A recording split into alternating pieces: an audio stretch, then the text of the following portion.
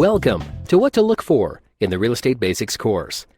Let me begin by congratulating you for having the courage to pursue a career as a real estate investor and to begin charting your financial future. You're entering the world of investing at a singular time in history. Never before have there been so many opportunities and usable strategies to help you build wealth. Anytime we start something new, it can be a little frightening. That's why many people that are serious about investing hire us as consultants to offer guidance along the way. You made a smart choice because we are as dedicated to your success as you are. In this lesson, Jan Eliason and Bob Grimm will talk about evaluating risk as you begin looking at investments. They will discuss different types of investments and establishing target areas, including your own search criteria. Before you begin this lesson, please print out the workbook file. Also, have a pen and paper ready so you can take notes on the points you want to remember.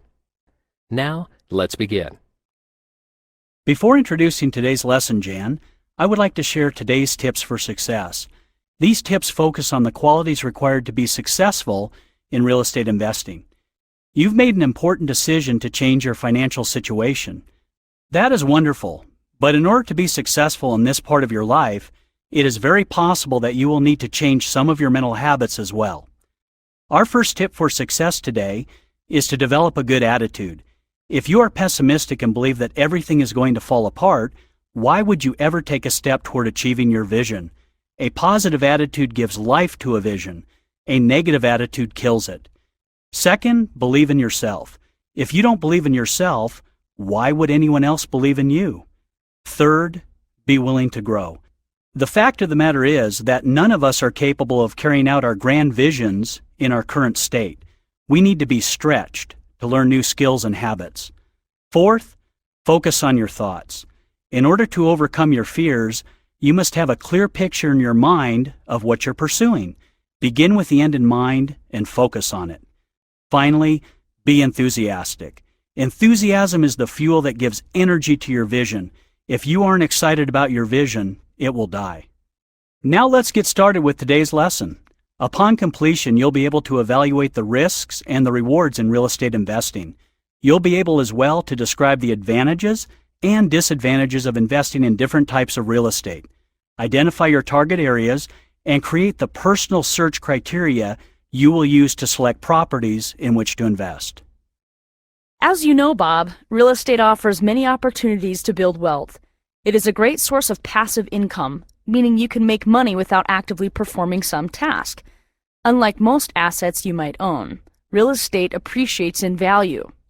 When we say an asset is appreciating, we simply mean that its value is increasing. Real estate is one of the most consistently appreciating assets you can buy. Only a few times in history has real estate depreciated in value, and if it does dip down a bit, it recovers. Nationally, real estate appreciates between 3 and 9% per year. There have even been times and locations when it has appreciated between 15 and 30% a year. One of the most attractive features of real estate is that it is a tangible asset. It is something people can see and touch. This makes it easier for a money partner to see its value and makes them more willing to invest in this type of asset. Real estate is always in demand. People will always need some place to live. As a result, lenders have developed numerous creative financing options to make it easier for people to invest in real estate. You may be wondering, is there risk investing in real estate? The answer is yes. But if you are educated and careful, you can minimize that risk. The following chart illustrates the different types of real estate and the relative amount of risk associated with each. When considering the different types of property investments available, it is important to understand the advantages and disadvantages of each type. In the next few minutes, we will discuss each of these types of investments and what you'll need to know to make an educated decision when purchasing. Land has the highest risk of all the different types of real estate because it typically does not produce income and is slower to appreciate. You can buy land in one of two ways, either raw or improved. Raw land does not have utilities or amenities. It is land in its natural state prior to grading, construction, or subdividing. Improved land is the complete opposite. Development is complete, so all it needs is a building. This makes it more desirable, not only for property developers, but also smaller, single property investors. If the land is accessible and usable, the risk is much lower. In turn, the land holds a higher value. Be aware that land may have any of a variety of code and zoning requirements associated with it.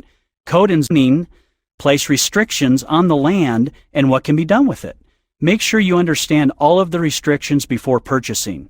You can get this information by visiting your city or county zoning and planning department. You will also find that it is more difficult to get financing to purchase land. Land zoned for commercial or industrial use is harder to finance than residential. Typically, a lender will require at least a 30% down payment and charge a higher interest rate on land with these restrictions because it is considered a higher risk investment. Their thought is, how are you going to make monthly payments when you are not generating any income from the property? They will scrutinize your ability to make the payments personally instead of the property's ability to pay for itself. Commercial property is another high-risk property type. You will find that these properties require more money down and are harder to finance. What is considered commercial property? Some examples are strip malls, industrial parks, gas stations, convenience stores, and office towers. Two great things about commercial real estate are that it generates income and appreciates over time. Most commercial properties are bought and held for a period of time. The value of the property will increase or decrease with its ability to produce income. The more profitable the property is, the more it is worth. Your ability to attract tenants will dictate your ability to generate income for the property.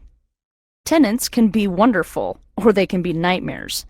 When you have tenants, you could have liability or rent collection issues. You might consider having someone manage the property. Typically, if you are in a different state than the property, you will need a property management company to collect rents and maintain your property. Property management expenses can become quite costly if they are not minimized and understood. You will want to keep a very close eye on the build expenses. You must do research to determine code and zoning requirements for your prospective commercial property.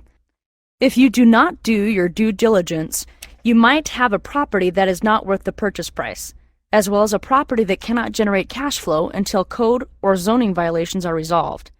Since commercial properties require a lot more due diligence than most other property types, we recommend you not begin by investing in commercial properties, but that you gradually work your way up to commercial investments. Any property with 2 or more units that focuses on residential occupancy is considered a multi-unit.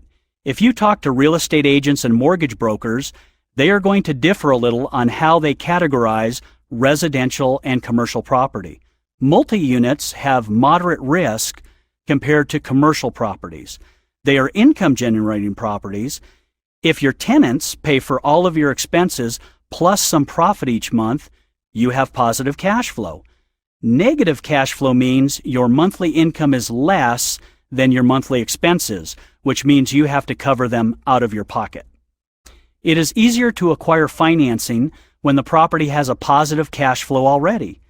To secure a lender, you need to prove that the cash flow covers all the property expenses. You will need to have a down payment as well. Residential multi-units are harder to finance than single-unit residential properties. A lender views 2 to 4 units as residential multi-units. You may have to hire someone to manage your multi-unit property and tenants. This can become quite costly if you are not careful. In addition, you need to understand the property's code and zoning requirements. If you do not do your research, you might end up with a property that is worth less than the purchase price. If you have code or zoning violations, you may not be able to rent the units until they are resolved. Therefore, you would have to pay all the monthly expenses. Trailer homes built before 1976 were often called mobile homes. Then, in 1976, the United States Congress passed the National Manufactured Housing Construction and Safety Act, which assured that all homes were built to tough national standards, and they started calling them manufactured homes. For simplicity's sake, though, We will call them mobile homes. Mobile homes can have a mild risk level because of the minimal investment to purchase. They are cheaper to repair, too. Most people believe that mobile homes depreciate over time, but they can actually appreciate in value based on certain circumstances such as the surrounding area, the condition of the mobile home park, the overall condition of the home, and the financing available to purchase it. The amenities in the park and the surrounding area can affect the value too. Amenities in the park and the surrounding area such as pools, playground equipment, clubhouses, open spaces, RV parking, and storage units can affect the value too. A large portion of the population would consider buying a mobile home. They satisfy a need for affordable housing in most major metropolitan areas. In other areas, it satisfies a housing need in areas where it is hard to get building supplies. Mobile homes are typically set up on leased land. When they are on leased land, they are considered personal property instead of real property because they are not legally affixed to the land. In areas where mobile homes are legally affixed to the land, they are considered single-family residences.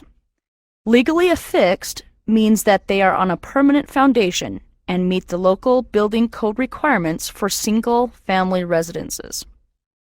A possible risk in mobile home parks is that you do not have any control over how the park is maintained and who moves in next to you. These factors have a significant impact on the value of your mobile home. If the park is not maintained or if it has a bad reputation, you will find that your mobile home could decrease in value. If the park manager sets the monthly fees too high, you will find that your property will be harder to sell. If you offer financing options to the buyers, you can sell the property for more than you would if you required that they obtain their own financing. Obviously, you do not want to take advantage of the buyer. All you have to do is keep the down payment and monthly payment within a suitable range for your buyers. The next type of properties we want to discuss are condos and townhomes. They are considered single-family residences and are typically connected by the physical structure of a building. They generally have a mild risk level. Typically, a homeowners association, or HOA, manages and maintains the building housing the condos and townhomes. The HOA owns the exterior of the building and the land it sits on. The condo or townhome owner owns the interior of their home. The HOA charges the condo or townhome owners a fee to maintain the building and the grounds. Every homeowner in the complex is responsible for paying these fees. If they do not pay them, the management organization can foreclose on the unit. The more amenities available on the complex, the higher the value and the desirability of the location. If the building is not well maintained, it affects your property value. If the HOA increases the monthly fees too high or too often, your property will be harder to sell. Condos and townhomes are more readily impacted by local and national market fluctuation. There is an exception to this rule, however. In college and military towns, these units become very desirable, and in many cases may be less risky than single-family residences. Most lenders have stricter financing guidelines for condos or townhomes. They consider them higher risk than detached single-family residences because of the restrictions an HOA can put on the individual units and the power an HOA or condo association has to foreclose for delinquent fees. The final type of property is the single-family residence or single-family home. It is a detached residential dwelling.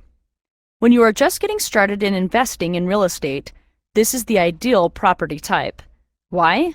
The greatest portion of the population buys or rents this property type.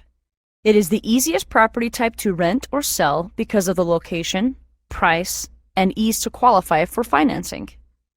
You will have a lot more buyers for this property type because these properties are attractive to first-time home buyers, transitional home buyers, and other real estate investors.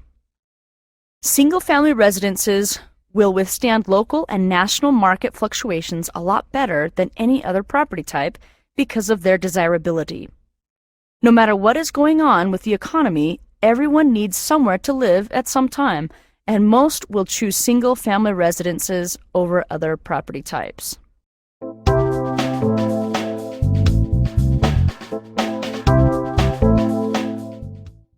Once you have identified the type of real estate you are going to invest in, the next step is choosing what your personal property search criteria will be. Where do you want to invest? When choosing areas to invest, it is important to understand the role of demographics. The demographics of an area refer to its characteristics and the characteristics of the people who live there. To evaluate the demographics of an area, you would look at such things as crime rate, quality of the schools, median cost of living, proximity to hospitals, shopping, and transportation. These are just a few of the things you will need to be aware of for any property you want to look at. You want to find a location that has as many attractive demographic features as possible so that you don't limit who can buy or rent. The more potential buyers or renters, the better. The more attractive the demographics, the higher the price you can get for your investment. We will discuss some ways for you to find this information later in the lesson. In addition to the area demographics, it is important to understand the characteristics of your potential buyers and the neighborhoods they are looking for. We call this the population demographics. The home buyers in your area could be young or small families, transitional buyers such as couples downsizing and retirees, or other real estate investors. The demographic of your prospective buyers will affect the type of property you can sell and the way you market your properties. Typically, young families are looking for something simple and affordable. Single individuals may look to rent or buy smaller homes. Typically, they want something that is easy to get into and to get out of.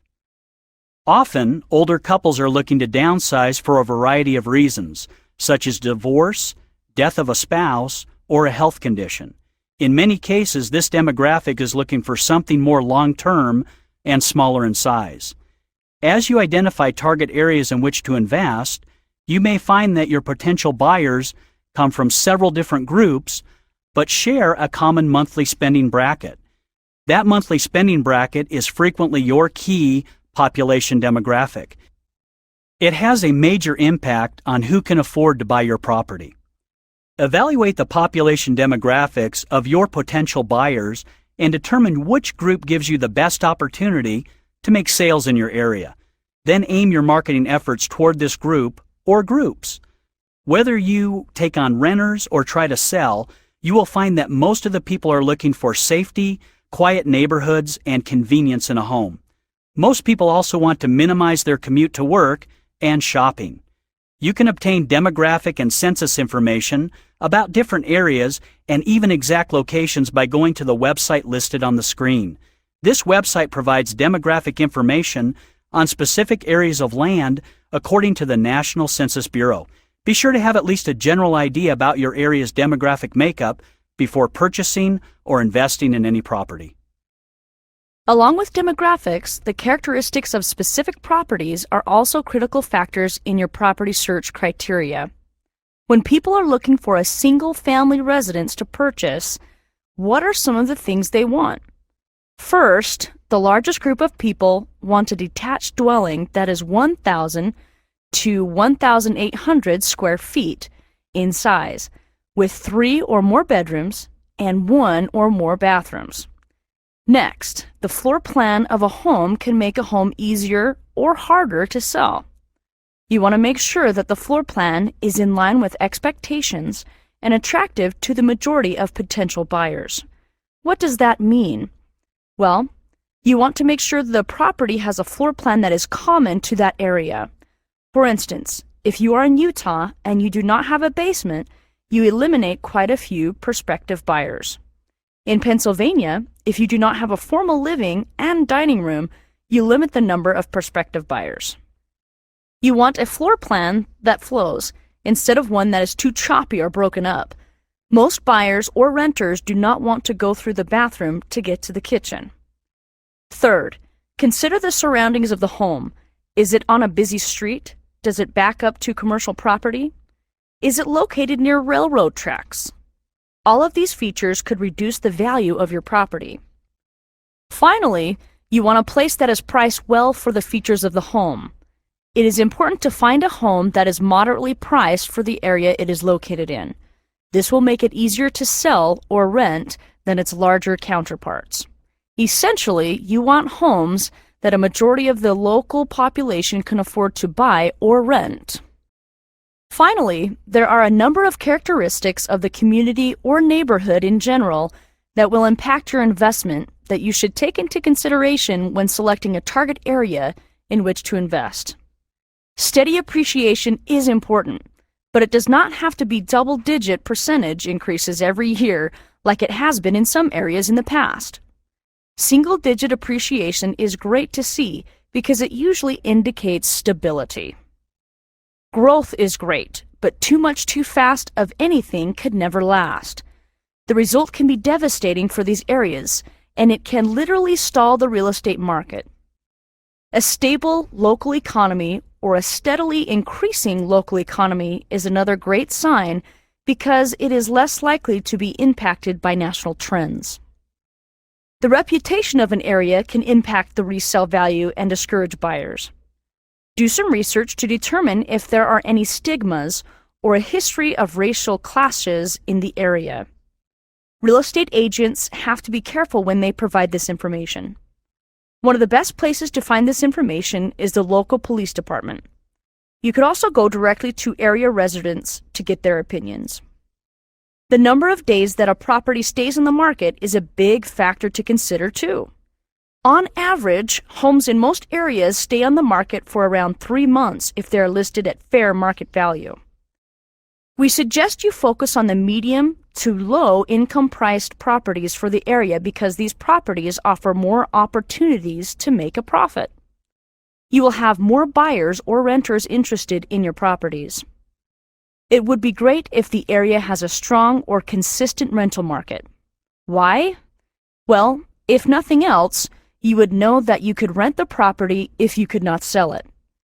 Be sure to evaluate the local rental market before you buy a property. You will want to evaluate the current condition of the construction industry. An area that has a steady new construction industry will be very stable and indicate steady growth.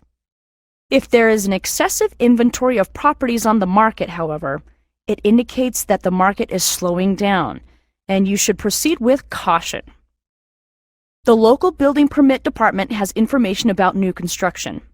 They will also help you identify where development is taking place or planned to take place, so you can buy properties in the right areas.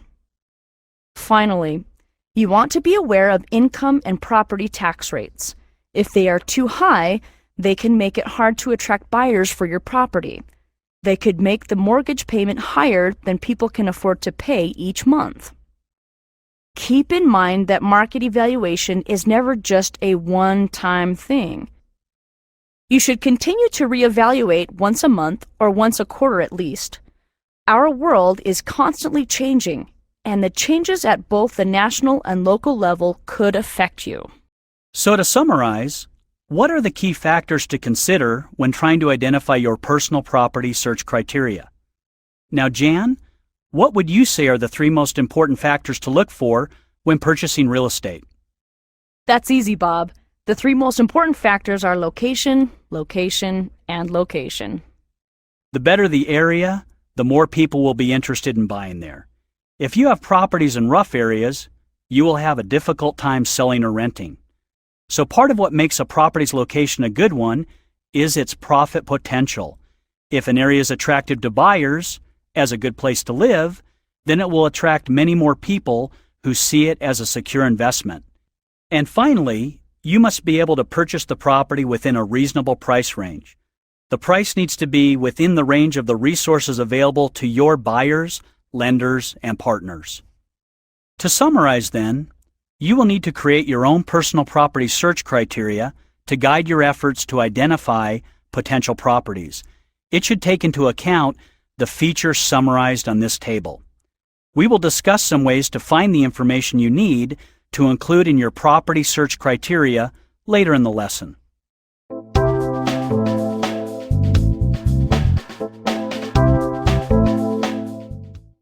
Now that you understand some of the characteristics of a good real estate investment, the next question is, Where do you go to find it? Well, there are many, many resources available. Here are some sources on the internet that you can use not only to identify possible target areas, but also to find motivated sellers.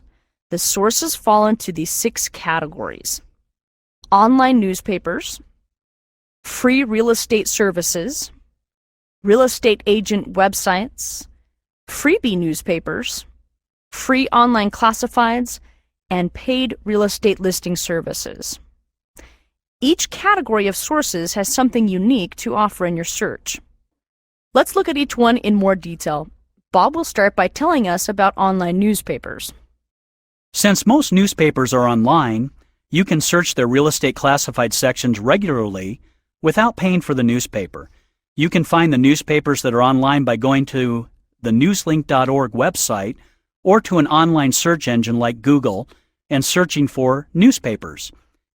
As you go through the ads, you will want to note the price range, square footage, and the number of properties for sale and rent in each of your areas of interest. Make sure as you search through classified listings that you focus on those properties that meet the size, price, and location criteria that you are thinking of. Also, a great indicator for properties that are worth looking into are ads that refer to words such as motivated seller, reduced price, handyman special, fixer-upper, and so forth. As you find ads with these keywords, jot them down to investigate in the future. You would be amazed at how many free real estate services are available online. They are great places to learn about the market, find properties of interest, and even to sell your properties. Some of the sites we recommend are listed on the screen. Some websites offer comparable sales reports and demographics for the areas you are researching. Comparables, or comps, as they are called, are comparable properties in a specified area that have sold recently.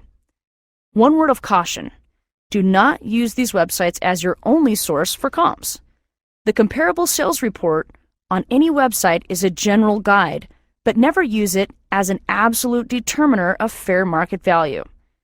Real estate agents provide the best comparables or comps to help determine your offer amount. Real estate agent websites can also be a good source of information. They can contain information about the area, market conditions, and the properties available. They are a great resource for buyers to access properties for sale and also to get information regarding specific home values. Some excellent national websites to check out are Realtor.com and RealtyTimes.com. As you look through the real estate agent websites, you also want to look for real estate agents who are investors or who routinely deal with investment properties. Knowledgeable real estate agents may be your best source of information when looking for target areas that are growing or where there is good demand. They can also provide information on demographics and property characteristics for specific communities and neighborhoods. Try to find 2 to 4 agents to be part of your success team to work with and consult with on a regular basis. This will give you someone on your team with access to the Multiple Listing Service, or MLS, the database for property listings and sales that only agents can access. As you are talking to agents and reviewing their websites, make a list of the ones that you might consider working with in the future.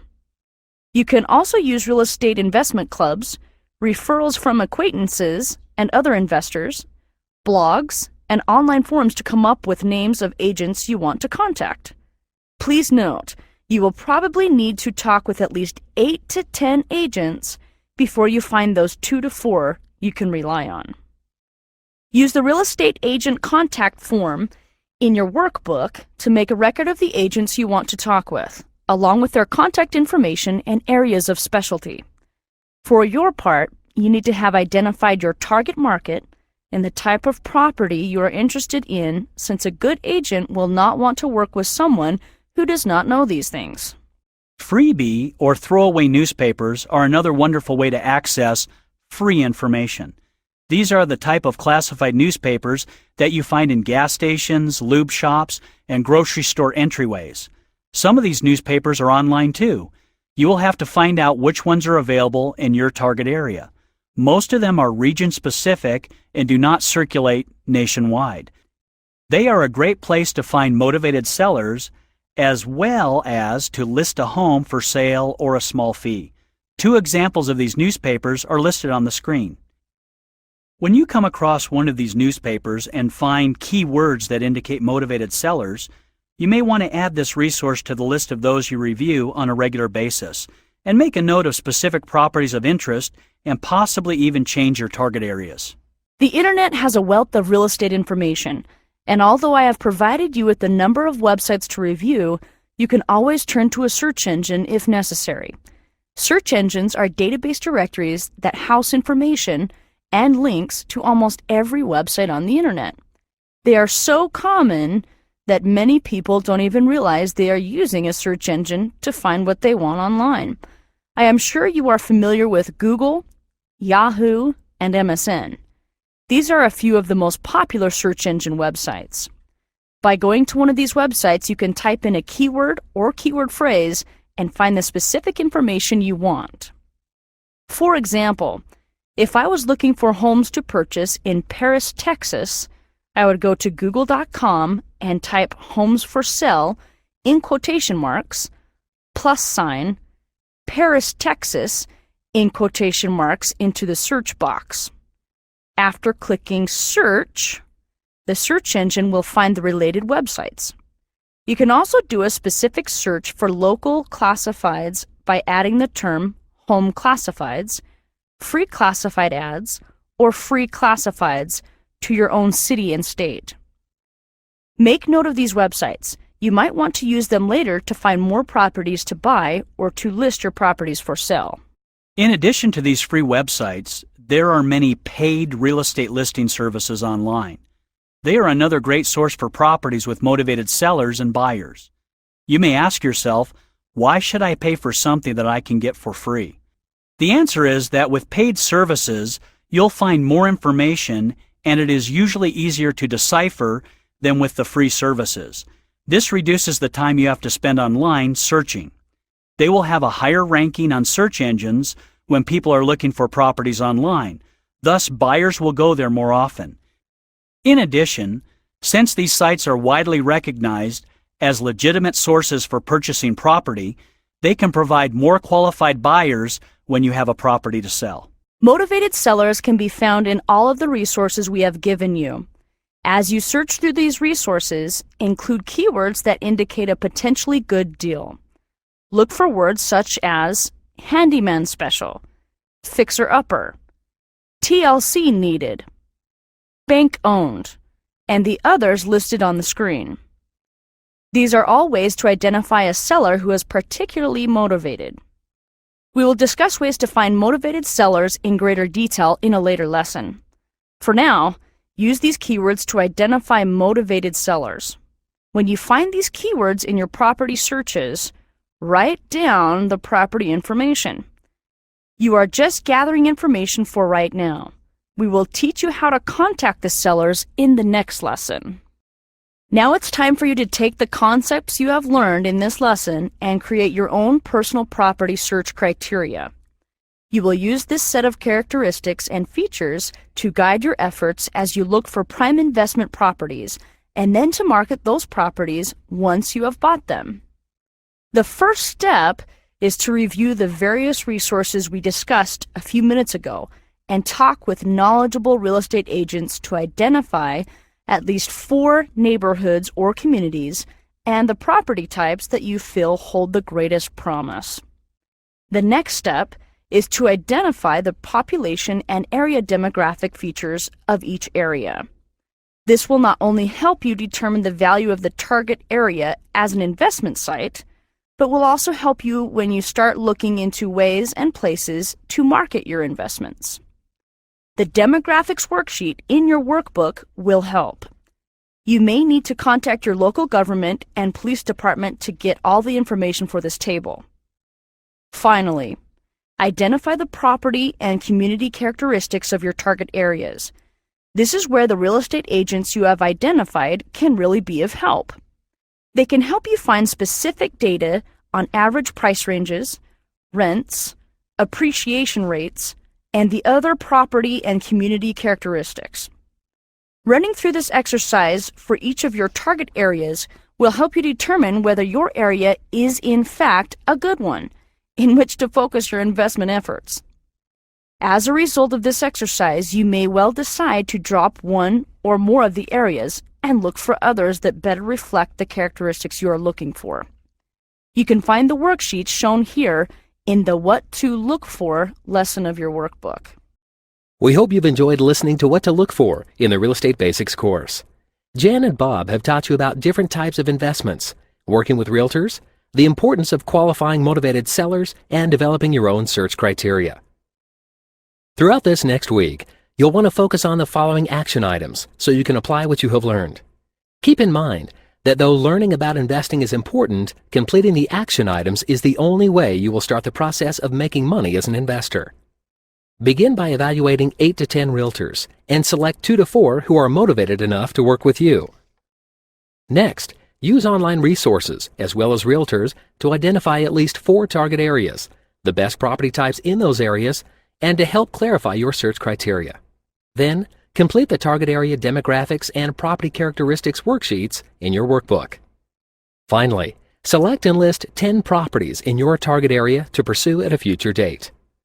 By completing these action items, you will step onto the path that thousands of investors have used before you to build wealth for themselves and their loved ones. In closing, consider this statement by famous architect Frank Lloyd Wright. "I know the price of success, dedication, hard work, and an unremitting devotion to the things you want to see happen." We wish you success this week as you begin rocketing toward your next real estate investment.